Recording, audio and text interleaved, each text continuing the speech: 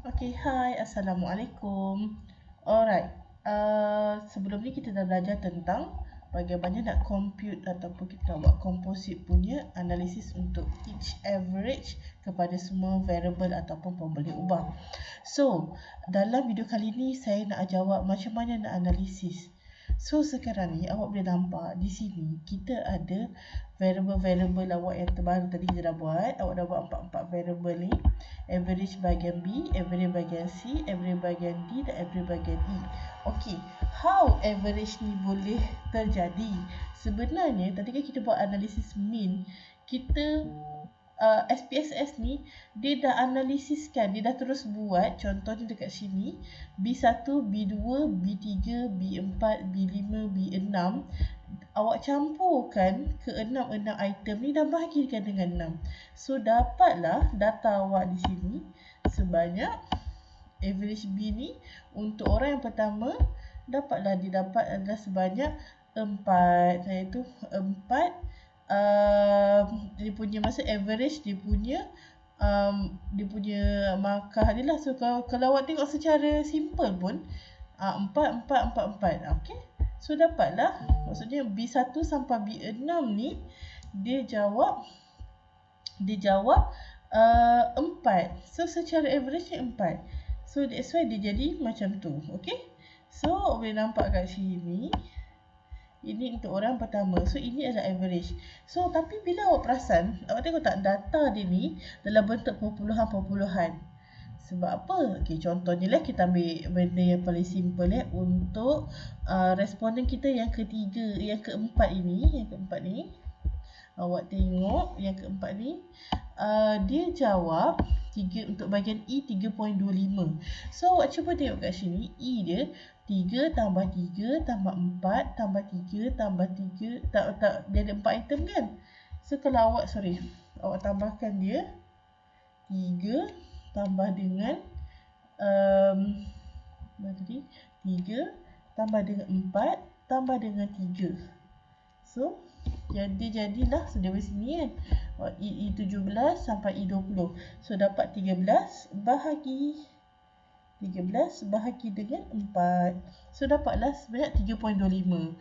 Inilah tugas SPSS. So awak tak payah kira manual. SPSS yang tolong kirakan untuk awak. Ini maksudnya. Jadi sekarang ni kita nak dah dikategoriskan. Sekarang ni kalau kita berbalik kepada awak pandang kat bawah ni, variable view ni awak tengok di sini dia tidak ada value-value yang ada. So dia tidak ada kategori ni. Kita tak tahu dia tahap mana. So untuk kita dapatkan kategori dia ni, kita boleh kena buat pembahagian transform the data. Okey, pertama cara nak transform, maksudnya kita punya tu data kita klik kepada transform, pergi dekat record into same variable. Apa maksud record into same variable? Bermaksud kita ni data sekarang ni data yang 4 awak tengok dekat bahagian C, contohnya dekat bahagian C, responden yang kedua ni 4.6, 4.2, kita kategoriskan dia kepada data-data yang maksudnya kita masukkan di dalam satu range. So cara nak buat, kita record kepada same variable ataupun kita boleh juga buat record kepada different variable. Bermaksud kalau same variable, dia akan ubah data awak sekarang ni. Kalau record kepada different variable, dia akan tambah satu variable baru dekat dalam awak punya senarai variable awak. Okay, so untuk play safe sebenarnya kita record kepada different variable. So kita tahu ini adalah variable pertama awak kira. So kita pergi record kepada different variable. Okay, sebenarnya saya reset saja dulu. So you akan dapat this view. Okay, this view dan view yang ini juga, iaitu view yang kotak 1, 2 dan 3, input variable to output variable. So macam biasa, awak right click, display variable names. Okay, turun dekat bawah, kan awak ada average B, bahagian C, bahagian D, bahagian E. Klik dekat sini, shift tekan sampai ke E, bawa ke sini. So sekarang ni kita tukar nama. Tukar nama average B jadi kepada, contohnya saya nak buat AVB. Okey. So saya tukar change. So ada benda kat sini. Yang ni pula saya tukar kat sini juga AVC. Average C. Saya tukar jadi change. Okey. Untuk D pula AVD. Sorry, salah tak tekan. AVD change. And then E pula AVE. So awak tekan change. So old and new value, klik dah siap benda ni, pergi old and new value. Okey. Awak nampak tak saya record into different variable old and new.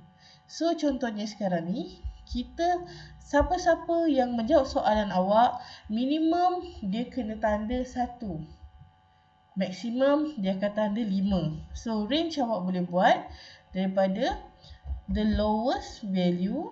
Okey, so bermaksud apabila dia nombor itu berada antara 1 hingga 5, maksudnya dia punya min dia dapat 1 hingga 1 hingga 1.99, bermaksud dia pada range yang pertama. 1 hingga 1.99. Maksudnya sekarang ni apabila min dia tu antara 1.1, 1.2, 1.3, dia punya nilai value dia adalah 1, iaitu sangat tidak setuju. Add. Okey. Range yang kedua awak buat 2 kan. Okey, 2 hingga 2.99. Value dia adalah 2. Add. Okey.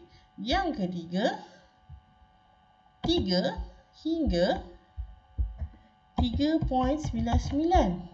Value dia adalah 3. Add.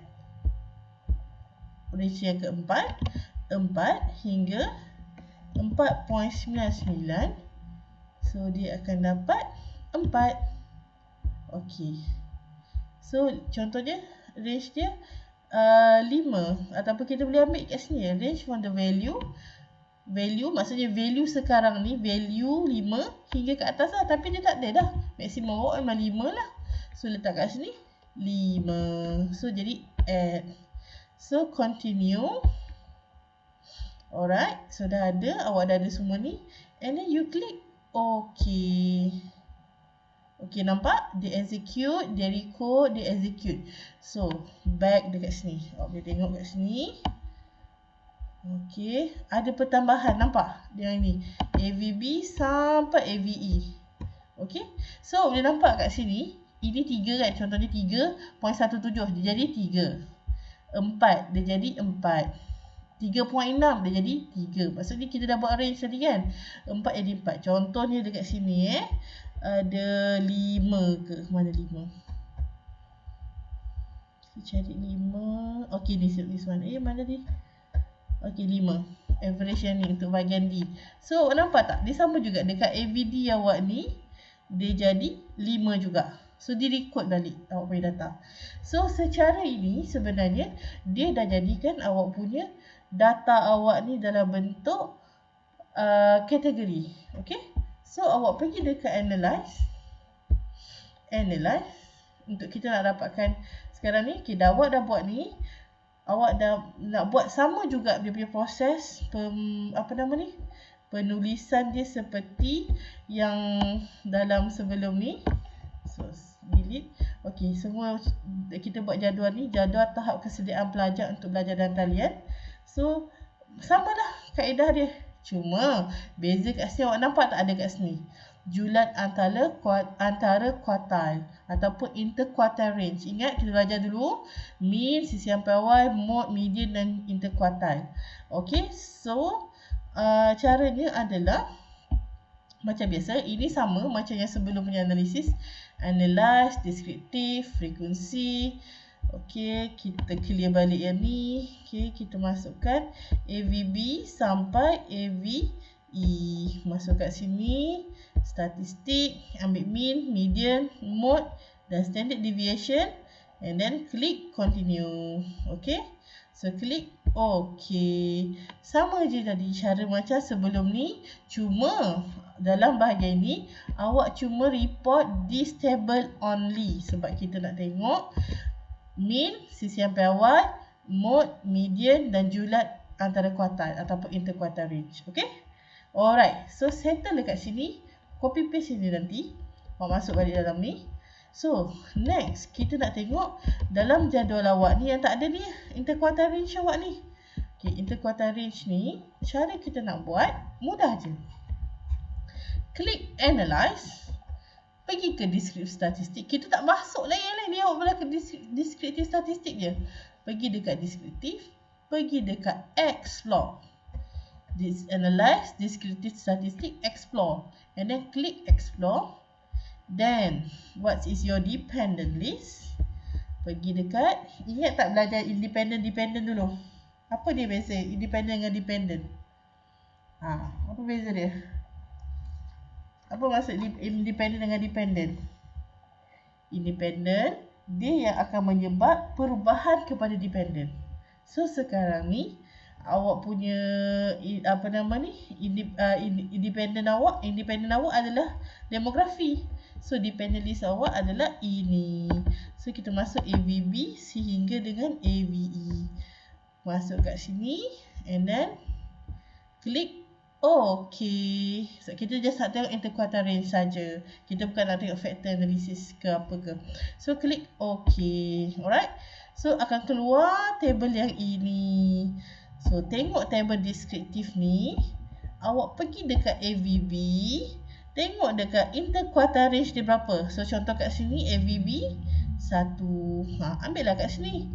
AVC interquartile range dia pun 1.